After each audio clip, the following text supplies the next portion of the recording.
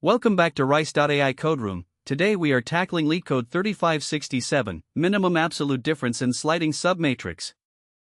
First, let's clarify the problem.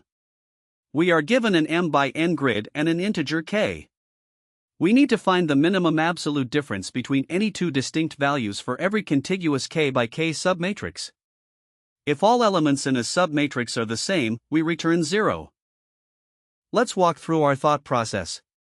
We notice that the grid dimensions are extremely small, with maximum limits of 30 by 30. This means we can just apply a straightforward simulation approach. We iterate through every possible submatrix, collect its elements, sort them, and find the minimum difference. Here is the first part of our C++ implementation. We create an answer array of the correct dimensions. Then, we use nested loops to iterate through every possible top left corner of the submatrix, from I equals 0 up to m minus k. For each submatrix, we collect all the elements inside it into a 1D vector. In the second part, we sort the collected values and remove any duplicates using the std_unique function.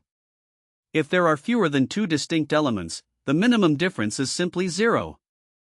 Otherwise, we iterate through the sorted values to find the minimum difference between any two adjacent elements. Finally, let's analyze the complexity. There are roughly m minus k times n minus k submatrices, and sorting each one takes k squared log k squared time.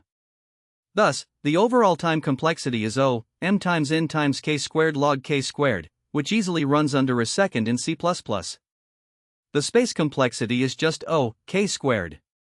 Thank you for watching Rice.AI Code Room.